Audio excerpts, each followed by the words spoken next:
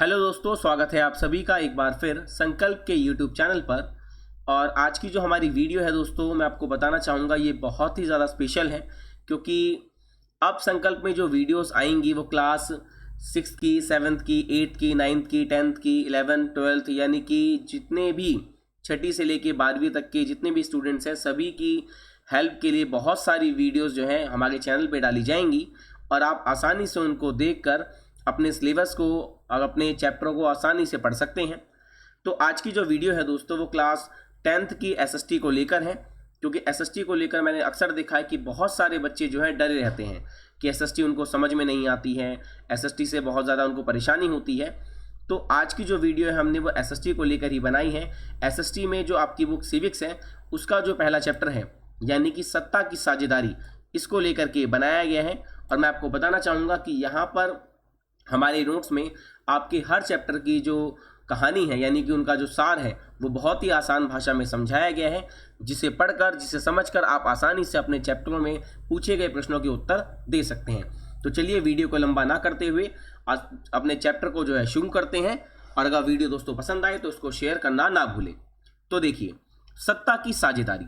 सत्ता की साझेदारी का मतलब है शक्तियों का बराबरी रूप से बंटवारा, यानी जहां सरकार की गतिविधियों में हर व्यक्ति बराबर का हिस्सेदार हो, हर व्यक्ति को बराबर से शासन में काम करने का मौका मिले, इसी को सत्ता की साझेदारी कहा जाता है। ठीक है, शक्तियों का बराबरी रूप से विभाजन या बंटवारा। तो यहाँ पे इस चैप्टर में दोस्तों हम दो कहानियों के बारे में चर्चा करेंगे। पहली कहानी जो कि बेल्जियम की है, जो कि ये यूरोप का एक देश है, ठीक है, और दूसरी कहानी श्रीलंका की है। तो इस दोनों ही देशों में सत्ता की साझेदारी के बारे में हम पढ़ेंगे। तो चलिए आइए शुरू करते हैं। बेल्जियम के समाज की जातीय बनावट, यानी बेल्जियम के समाज की जातीय बनावट किस प्रकार की है वो बताया गया है। बेल्जियम जो कि यूरोप का एक छोटा सा देश है जिसकी आबादी भारत के हरियाणा से भी आधी है, परंतु इसके समाज की जो बनावट है वो बड़ी जटिल है।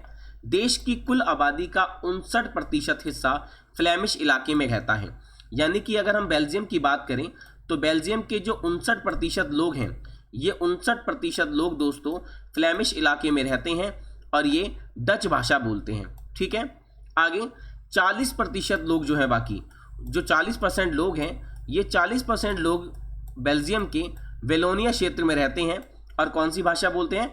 फ्रेंच भाषा बोलते हैं। जबकि बाकी बचे हुए 1% लोग जर्मन भाषा बोलते हैं। ठीक है, तो 59% लोग जो हैं वो फ्लेमिश इलाके में रहते हैं, डच भाषा बोलते हैं, जबकि 40% लोग जो है वेलोनिया में रहते हैं, फ्रेंच भाषा बोलते हैं, और बाकी बचे जो 1% लोग हैं वो कौन सी भाषा बोलते हैं? वो जर्मन भाषा बोलते हैं। ठीक है, आगे बढ़ते हैं। राजधानी ब्रुसेल्स की। अब अगर बेल्जियम की राजधानी आपसे पूछी जाए तो बेल्जियम की राजधानी कौन सी है? ब्रुसेल्स है। ठीक है, तो राजधानी ब्रुसेल्स में जो 80% लोग हैं वो फ्रेंच भाषा बोलते हैं जो वहाँ पर रहते हैं, जबकि 20% लोग वहाँ की डच भाषा बोलते हैं। लेकिन अगर पूरे देश में देखा जाए तो अल्पसंख्यक जो है, अल्पसंख्यक मतलब जिनकी संख्या कम है, वो फ्रेंच लोगों की है। अल्पसंख्यक फ्रेंच भाषी लोग जो हैं तुलनात्मक रूप से ज़्यादा समृद्ध यानी कि अमीर और ताकतवर रहे हैं। तो दोस्तों अगर हम बात की जाए फ्रेंच भाषी लोगों की और उनको डच भाषा से कंपेयर किया जाए तो एक तो उनकी भाषा की संख्या भी कम है फ्रेंच लोगों की, लेकिन संख्या कम होने के साथ साथ वो अमीर भी हैं फ्रेंच भाषी लोग ज़्यादा, और ताकतवर भी हैं। ठीक है, भले उनकी संख्या कम हो पर अमीर और ताकतवर कौन से लोग हैं? फ्रेंच लोग हैं। ठीक है, बहुत बाद में जाकर काफ़ी समय बाद आर्थिक विकास और शिक्षा का लाभ पाने वाले डच भाषी लोगों को इस स्थिति से नाराजगी थी। यानी बहुत बाद में डच भाषी लोगों को जब शिक्षा का और विकास का लाभ मिला, लेकिन उनके मन में इस बात को लेकर के नाराजगी थी कि उनको शिक्षा का और विकास का जो लाभ है बहुत देरी से मिला है, जबकि बाकी सुविधाएं फ्रेंच भाषी लोगों के पास पहले से ही मौजूद हैं। इस स्थिति से इनकी नाराजगी थी डच भाषी की फ्रेंच लोगों से। इसके चलते 1950 और 60 के दशक में फ्रेंच और डच बोलने वाले समूहों के बीच तनाव बढ़ने लगा, क्योंकि सारी सुविधाएं जो थी ज़्यादातर, अब जो जिनकी संख्या कम है फ्रेंच, इनके पास पैसा भी अधिक है, अमीर भी है, ताकतवर भी है, तो सारी सुविधाएं इनके पास थी फ्रेंच लोगों के पास।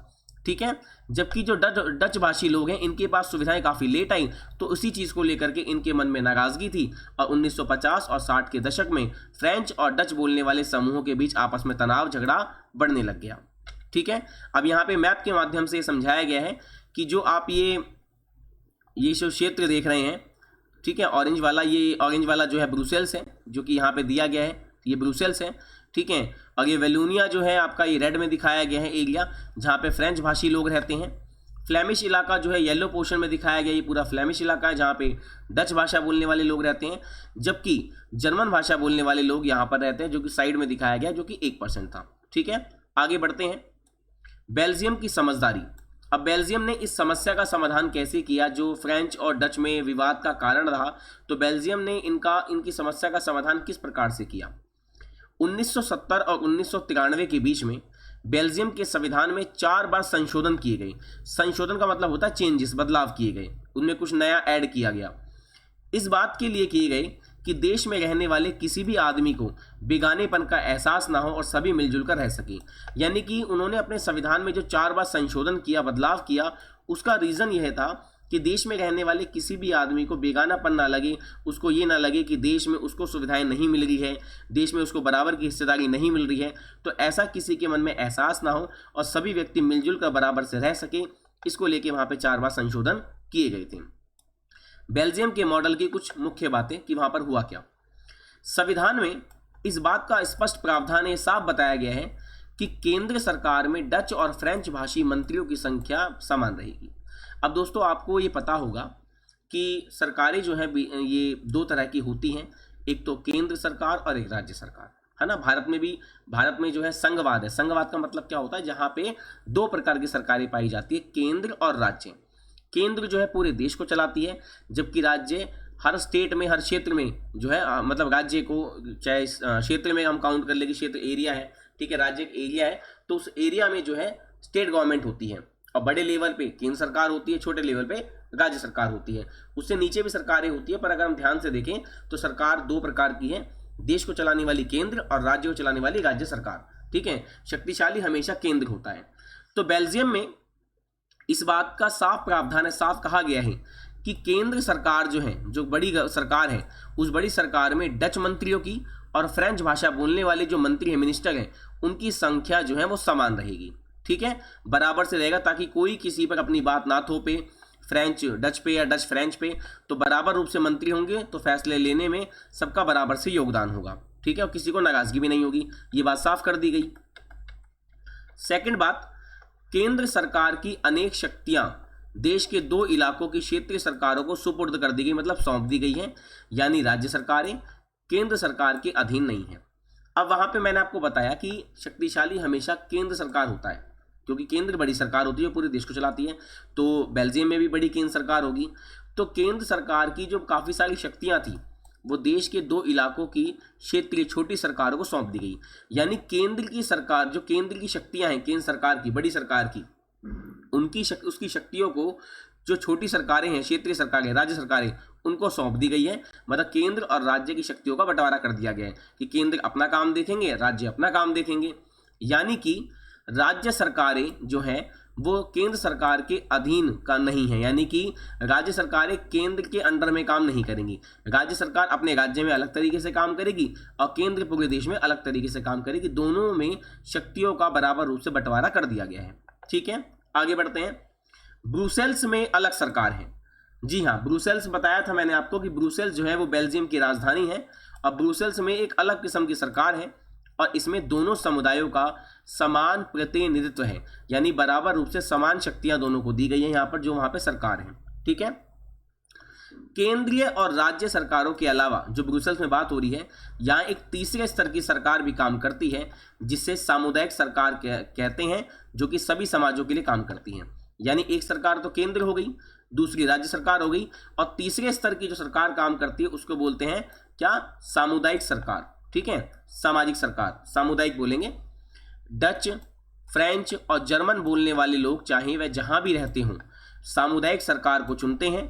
इस सरकार को संस्कृति के मामले में, कल्चर के मामले में, शिक्षा और भाषा जैसे मसलों पर फैसला लेने का अधिकार है, ताकि किसी को भी कोई परेशानी ना हो, सब मिलजुल कर रह सके।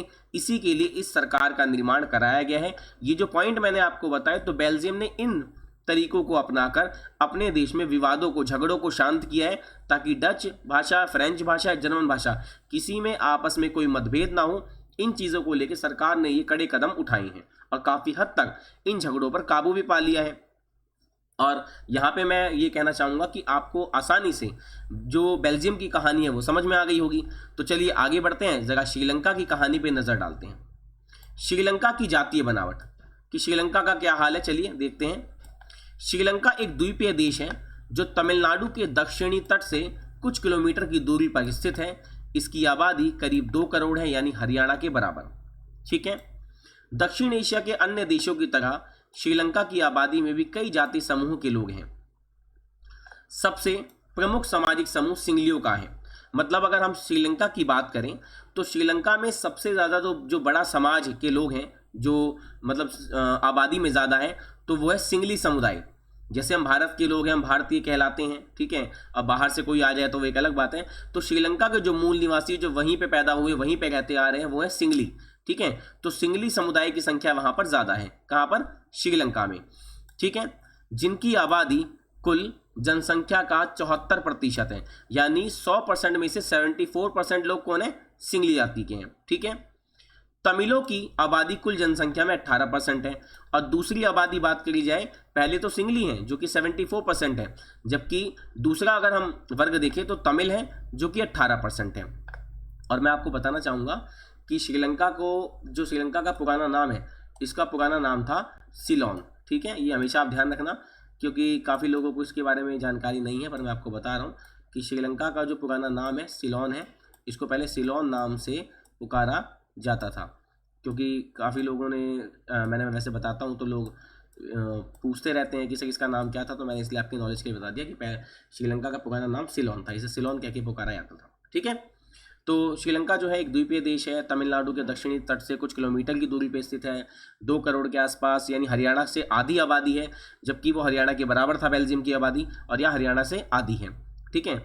और श्रीलंका की आबादी में 2 तरह के लोग हमने बताए हैं। एक तो सिंगली जाति के लोग हैं जो कितने हैं? 74% है, जबकि तमिलों की आबादी कितनी है? 18% है। तो तमिलों में भी 2 समूह हैं। अब बात हो गई तमिलों की। जो तमिल 18% है, लेकिन ये तमिल 2 प्रकार के हैं। तो कैसे? पहले तो है श्रीलंकन तमिल, जो श्रीलंका के हैं।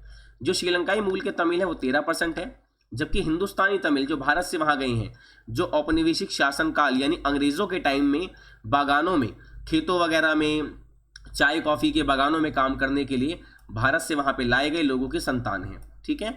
तो हिंदुस्तान से अंग्रेज़ जो हैं यहाँ से मजदूर के रूप में श्रीलंका में लोगों को पकड़ के लेके जाते थे, वहाँ पे मजदूरी करवाते थे। तो जो लोग वहाँ पे थे उनकी जो औलादें हुई या उनके जो बच्चे हुए वो वहीं पे रहते आ रहे हैं, तो वो हिंदुस्तानी तमिल हैं। ठीक है। तो 2 तरह के तमिल हो गए, श्रीलंकन तमिल और हिंदुस्तानी तमिल। अब इन तमिलों की अगर बात करी जाए तो तमिल जो है मुख्य रूप से उत्तर पूर्वी प्रांतों में आबाद हैं, यानी श्रीलंका का जो उत्तर पूर्वी एरिया है, नॉर्थ ईस्ट, उस एरिया में ये तमिल रहते हैं। अधिकतर जो सिंगली लोग हैं, सिंगली जाति के, वो बौद्ध हैं, वो बौद्ध धर्म का पालन करते हैं। ठीक है। जबकि तमिल भाषी लोगों में कुछ हिंदू हैं और कुछ मुसलमान हैं। सिंगली तो बौद्ध धर्म को पालन करते हैं, जबकि तमिल जो है, सिंगली बताया ना अभी मैंने कि सिंगली कितने हैं? 74% हैं, और तमिल कितने? 18% हैं। ठीक है। और सिंगलियों की जात जो धर्म है वो बौद्ध धर्म है, जबकि तमिलों में कुछ तो हिंदू हैं, कुछ मुसलमान हैं। श्रीलंका की आबादी में ईसाई लोगों का हिस्सा मात्र कितना है? 7% है, और वह सिंगली और तमिल दोनों भाषाएं बोलते हैं। तो सिंगली अगर बात करी जाए कि भाई कि ईसाई लोग कितने हैं, तो ईसाई लोग 7% हैं, और उसमें से कुछ सिंगली भाषा भी बोलते हैं और कुछ तमिल भी बोलते हैं और कुछ तो दोनों ही भाषाएं बोलते हैं। ठीक है। आगे देखते हैं, ये मैप दिखाया गया है। अब ये देखिए जो पिंक एरिया है, ये पिंक एरिया में सारे सिंगली लोग हैं, जितने देखिए कितने पूरे श्रीलंका में फैले हुए हैं। ठीक है। जबकि अगर श्रीलंकन तमिल की बात करें, जो श्रीलंका के तमिल लोग हैं वो ये ऑरेंज एरिया में है। ठीक है। जबकि श्रीलंका जो मूर दिखाए गए हैं, जो और भी अलग जाति के लोग हैं वो यहाँ पे दिखाए गए हैं पूरे। और इंडियन तमिलों की दिखाया जाए तो इंडियन तमिल जो है वो ये उत्तर पूर्वी इलाके में। ठीक है ना, यहाँ पे ये इंडियन तमिल है। ठीक है। आगे बढ़ते हैं। श्रीलंका में बहुसंख्यकवाद। अब श्रीलंका में मैंने बताया श्रीलंका में विवाद किन्हीं चीज़ों को लेकर के है, तो बहुसंख्यकवाद पढ़ते हैं, क्योंकि श्रीलंका में बहुसंख्यकवाद कौन है? बहुसंख्या सबसे ज़्यादा संख्या किसकी है? सिंगली जाति के लोगों की है, और वो तमिलों को वहाँ से निकालना चाहते हैं। तो देखिए कैसे हैं, कहानी सुनते हैं जरा। सन 1948 में श्रीलंका स्वतंत्र राष्ट्र बना, तो उससे पहले इसका नाम मैंने क्या बताया? सिलोन। सिंगली समुदाय के नेताओं ने, जो सिंगली जाति के नेता थे, उन्होंने अपनी बहुसंख्या के बल पर, क्योंकि उनकी संख्या थी ज़्यादा, तो अपने नेताओं के साथ मिलकर बल के तहत यानी कि शक्ति से शासन पर प्रभुत्व यानी अधिकार जमाना चाहा। अब उनकी संख्या ज़्यादा थी, अपने नेता चुने और अपने नेताओं की बदौलत उन्होंने शासन पे अधिकार जमाना चाहा कि भाई पूरी सरकार जो है हम बनाएंगे, हम अपना राज करेंगे श्रीलंका में, तमिलों का कोई राज इसमें नहीं चलेगा। लोकतांत्रिक रूप से निर्वाचित चुनी गई सरकार ने सिंगली समुदाय की प्रभुसत्ता कायम करने के लिए अपनी बहुसंख्यक परिस्थिति के तहत कई कदम उठाए। जब वहाँ पे लोकतांत्रिक रूप से श्रीलंका में सिंगली समुदाय की सरकार बनी तो उसने अपने लोगों के लिए बहुत सारे कदम उठाए। जैसे कैसे कि सिंगलियों ने क्या करा, 1956 में कानून बनाया जिसके तहत तमिलों को दरकिनार करके सिंगली को एकमात्र राजभाषा घोषित कर दिया। यानी मैंने आपको बताया ना कि श्रीलंका में जो बहुसंख्यक है यानी कि संख्या ज़्यादा है तो वो सिंगलियों की है, और जो सिंगली लोग हैं श्रीलंका के, तो उन्होंने क्या करा, अपनी सरकार बनाई और अपनी सरकार बनाने के बाद अपने लिए कुछ कानून बना दिए, क्योंकि उन्हें अपना फायदा दिख रहा था, दूसरों का नहीं दिख रहा था। तो सिंगलियों ने क्या करा, 1956 में कानून बनाया। उस कानून के द्वारा तमिलों को दूर करते हुए सिर्फ सिंगली को, जो सिंगली लोग हैं, उन्होंने अपनी भाषा को एकमात्र श्रीलंका की राजभाषा बना दिया, बाकी भाषाओं को हटा दिया। विश्वविद्यालय, जितने भी बड़ी बड़ी यूनिवर्सिटीज़ हो गई, सरकारी नौकरियों में सिंगलियों को ही प्राथमिकता देने की नीति चलाई गई। यानी कि जितने भी कॉलेज होंगे और सरकारी नौकरी होगी, सब जगह केवल सिंगलियों को ही शामिल किया जाएगा, अन्य को, दूसरे लोगों को नहीं किया जाएगा। तो तमिल कहाँ जाएंगे, सोचने वाली बात आ गई। नए संविधान में, जो नया संविधान बना, उसमें यह प्रावधान किया गया, यह तरीका लागू किया गया कि सरकार बौद्ध मत को यानी बौद्ध धर्म को संरक्षण, सुरक्षा और बढ़ावा देगी। यानी जो लोग बौद्ध धर्म को मानते हैं, और मानता कौन था बौद्ध धर्म को, सिर्फ सिंगली लोग मानते थे। जबकि श्रीलंका के जो तमिल लोग थे उसमें, जो तमिल लोग वहाँ पे रहते आ रहे हैं, चाहे वो श्रीलंका के हो चाहे वो भारत के हो, तो वो तमिल लोग तो दो ही धर्म के थे, हिंदू या मुसलमान, और थोड़े बहुत जो बचे थे वो ईसाई थे, 7% जो कि दोनों थे, सिंगली भी थे और तमिल भी थे। लेकिन यहाँ बात हो रही है क्या कि सरकार ने नया कानून लाया सरकार द्वारा कि सिंगली जो है, सिंगलियों का धर्म कौन सा था, बौद्ध धर्म था। तो सरकार केवल बौद्ध धर्म को सुरक्षा और बढ़ावा देगी और किसी दूसरे धर्म को बढ़ावा नहीं देगी। तो बाकी तमिल और मुस्लिम जो है वो कहाँ जाएंगे। तो एक एक करके आए इन सरकारी फैसलों ने श्रीलंकाई तमिलों की नाराजगी और शासन को लेकर उनमें बेगानेपन को बढ़ा दिया।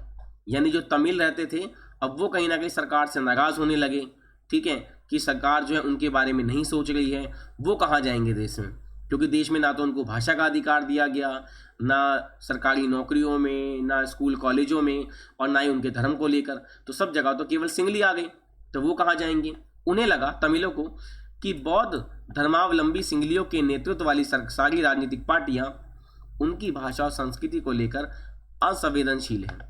यानी कि तमिलों को लगा कि बौद्ध धर्म को मानने वाली जो सिंगलियों की सरकार है और राजनीतिक पार्टियां हैं, वो तमिलों की भाषा और कल्चर को लेकर बिल्कुल भी सोचने को तैयार नहीं है, असंवेदनशील है, उनके बारे में कुछ नहीं सोचेगी।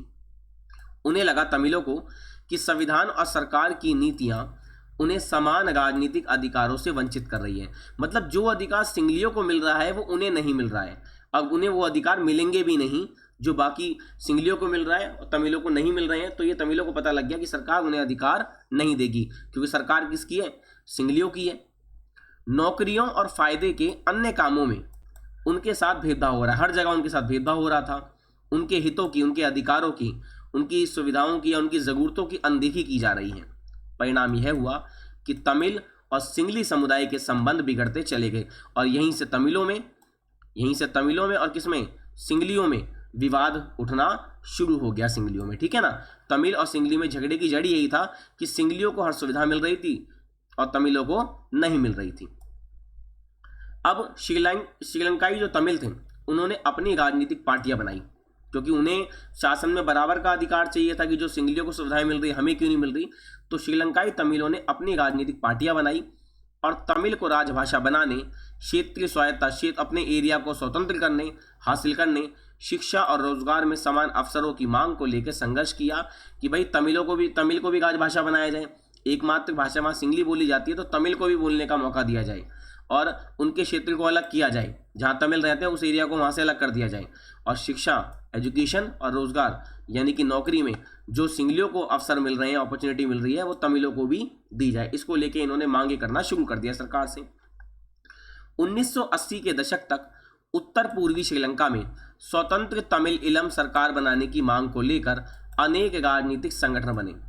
तो उत्तर पूर्वी जो इलाका था श्रीलंका का, वहां पर स्वतंत्र तमिल इलम यानी कि तमिलों की अपनी सरकार बनाने को लेकर के मांगे हुई और बड़े बड़े संगठन राजनीतिक जो है उन्होंने बनाने शुरू कर दिया, अपने खुद के ग्रुप बनाए कि वो तमिल जाते थे, अब उनकी सरकार भी बने अलग जगह पे।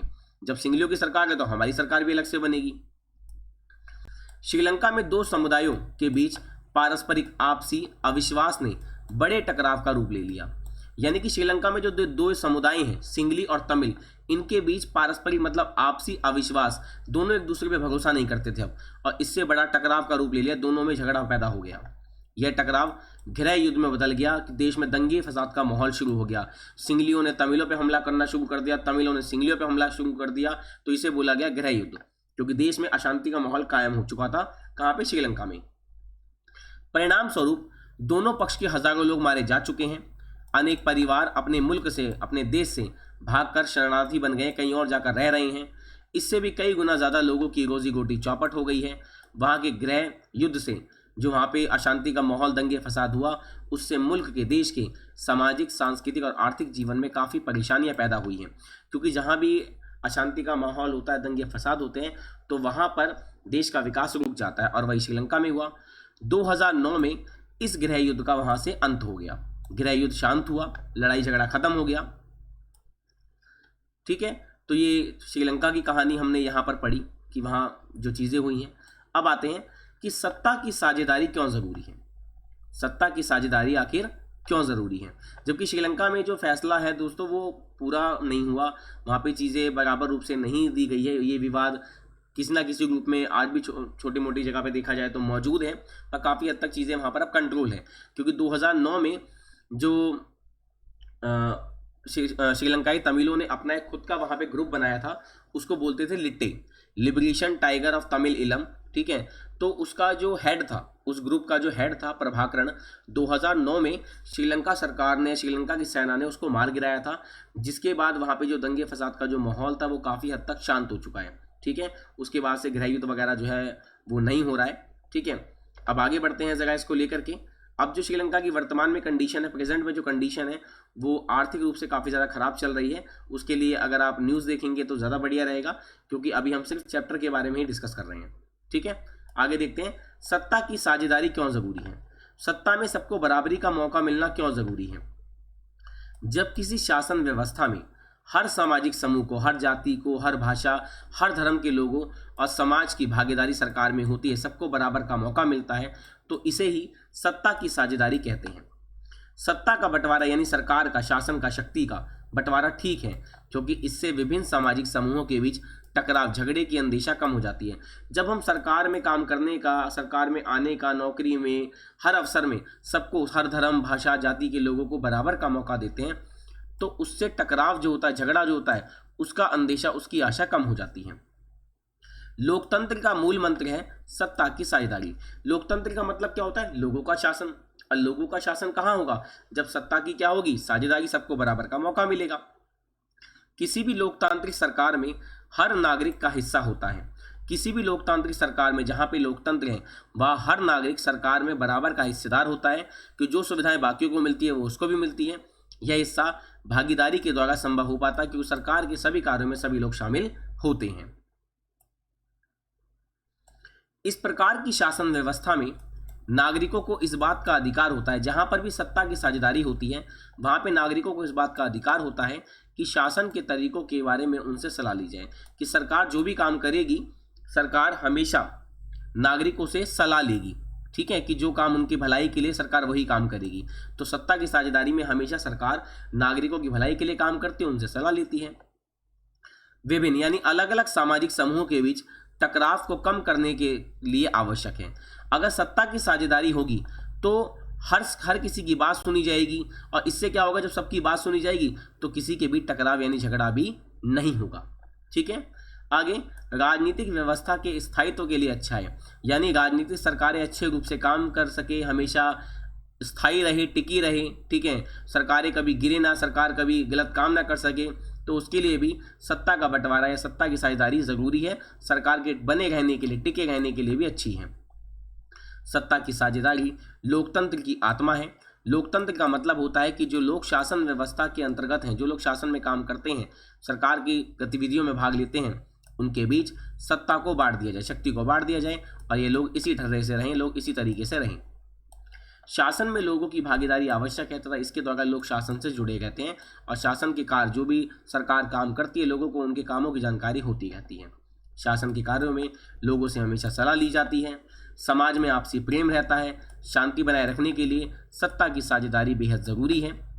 किसी भी समाज में बहुसंख्यकों जिनकी संख्या ज़्यादा है, जी हाँ बहुसंख्यक, जैसे कि श्रीलंका में सिंगली थे, ठीक है, तो बहुसंख्यक, किसी भी समाज में बहुसंख्यक जहाँ पे लोग ज़्यादा हैं, जिनकी संख्या ज़्यादा है, चाहे वो धर्म के हों, किसी भी भाषा के हों, किसी भी जाति के हों, उनके आतंक का खतरा बना रहता है, क्योंकि जिसकी संख्या ज़्यादा होगी वो अपने से कम संख्या वाले लोगों को हमेशा डराएगा, धमकाएगा। तो किसी भी समाज में जहाँ पे बहुसंख्यक होते हैं, किसी भी धर्म के, भाषा के, उनके आतंक का खतरा बना रहता है। बहुसंख्यकों का आतंक न केवल अल्पसंख्यक समूह को तबाह करता है, जिनकी संख्या कम है उनको ये तबाह कर देते हैं, बल्कि स्वयं को भी तबाह कर देते हैं। क्यों?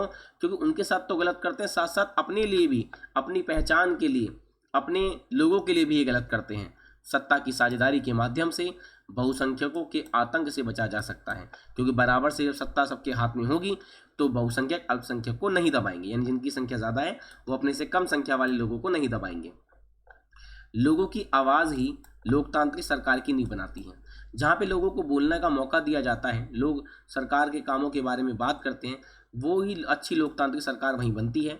इसलिए यह कहा जाता है कि लोकतंत्र की आत्मा का सम्मान रखने के लिए, लोकतंत्र हमेशा कायम रहे, उसके लिए सत्ता की साझेदारी बेहद ज़रूरी है। ठीक है, आगे बढ़ते हैं। सत्ता की साझेदारी के कई रूप हैं। अब सत्ता की साझेदारी कई तरह से लागू होती है, देखते हैं कैसे। आधुनिक आज के लोकतांत्रिक व्यवस्थाओं में, जहाँ जहाँ लोकतंत्र है, जिन देशों में, जैसे कि भारत में है लोकतंत्र, नेपाल में है, पाकिस्तान में है, ठीक है, श्रीलंका है, बेल्जियम है, कई जगह है, ठीक है ना। अब कई विश्व के कई देशों में, अधिकतर देशों में लोकतंत्र है। तो आधुनिक आज के लोकतांत्रिक व्यवस्थाओं में सत्ता की साझेदारी के अनेक रूप हो सकते हैं। पहला पॉइंट है सत्ता का क्षैतिज वितरण, यानी सत्ता का सही से बंटवारा। क्षैतिज माने सही, वितरण माने बंटवारा। सत्ता का सही रूप से बंटवारा कैसे होता है? शासन के विभिन्न अंग, जब सरकार काम करती है तो सरकार ने अपने कामों को सही रूप से करने के लिए 3 अंग बनाए हैं। पहला विधायिका। विधायिका, आपने संसद का नाम सुना होगा, जहाँ कानून बनते हैं। तो कानून, सरकार में कानून बनाने वाली संस्था का नाम है विधायिका, जो कि लोगों के लिए कानून बनाती है। इसका काम केवल और केवल कानूनों का निर्माण करना है। दूसरा है कार्यपालिका। कार्यपालिका का काम है, जो विधायिका कानून बनाती है उन कानूनों को विधायिका क्या करती है? लागू करती है। इसमें सरकारी कर्मचारी, मंत्री वगैरह सब आते हैं, स्थायी और अस्थायी दोनों तरह के लोग आते हैं, जो गवर्नमेंट ऑफिसर हैं।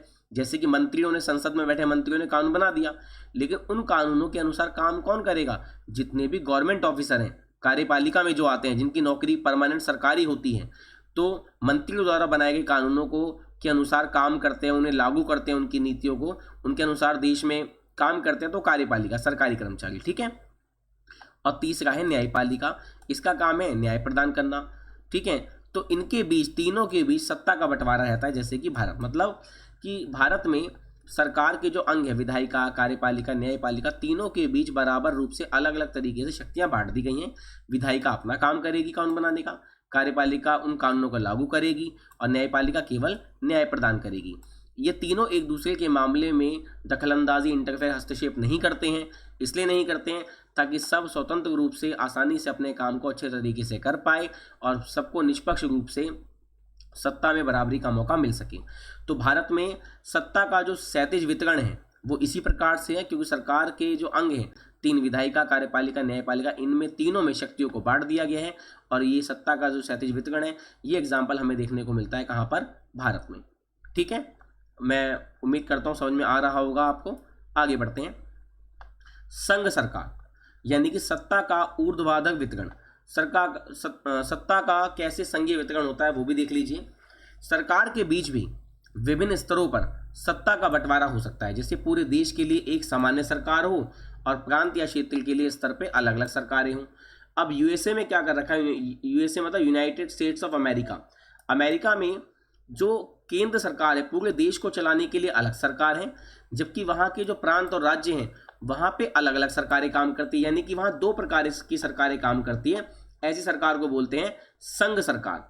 जहां पे दो प्रकार की सरकारें होती हैं वो उसे बोलते हैं संघ सरकार, यानी एक तो केंद्र सरकार और दूसरी राज्य सरकार। ठीक है, तो पूरे देश को चलाने के लिए वहां पे केंद्रीय सरकार है और राज्य को चलाने के लिए अलग अलग राज्य सरकारें हैं। तो ऐसा जो मॉडल है आपको कहाँ देखने को मिलता है, वो यूएसए में यानी कि अमेरिका में देखने को मिलता है, जहां दो सरकारें हैं, केंद्र और राज्य। आगे बढ़ते हैं। सत्ता का बंटवारा विभिन्न सामाजिक समूह मसलन भाषाई जो हैं और धार्मिक समूहों के बीच भी हो सकता है। सत्ता का बंटवारा हम सामाजिक समूहों में भी दे सकते हैं, अलग अलग समाज के लोगों में भी शक्ति को बांट सकते हैं, अलग अलग भाषा के लोगों में भी हम शक्ति को बांट सकते हैं, और अलग अलग धार्मिक समूहों के बीच भी सत्ता को बांट सकते हैं। बेल्जियम में जो सामुदायिक सरकार बनाई गई थी वो इस व्यवस्था का अच्छा उदाहरण है। चाहे व्यक्ति किसी भी समाज का हो, किसी भी भाषा का हो और किसी भी धार्मिक समूह का हो, सबको सरकार में काम करने का, सरकार की गतिविधियों में शामिल होने का बराबर का मौका मिले, यही सामुदायिक सरकार का उदाहरण है। आगे बढ़ते हैं। सत्ता के बंटवारे का एक रूप हम विभिन्न प्रकार के दबाव समूह और आंदोलन द्वारा शासन को प्रभावित और नियंत्रित करने के तरीके में भी देख सकते हैं। सत्ता के बंटवारे में आपने देखा होगा कई बार सरकार में जैसे किसान आंदोलन होते हैं, महिला आंदोलन वगैरह होते हैं, तो वो होते हैं दबाव समूह। दबाव समूह वो होते हैं जो किसी भी राजनीतिक पार्टी से संबंधित नहीं होते, लोग अपनी मांगों को लेकर सरकार के ऊपर प्रेशर बनाते हैं, उन्हें दबाव समूह बोलते हैं। ठीक है, फिर सरकार इनकी मांगों को मानती है, इनकी बातें सुनती है, इनकी समस्याओं को हल करती है, और कई बार देखा होगा आपने आंदोलन भी होते हैं देश में।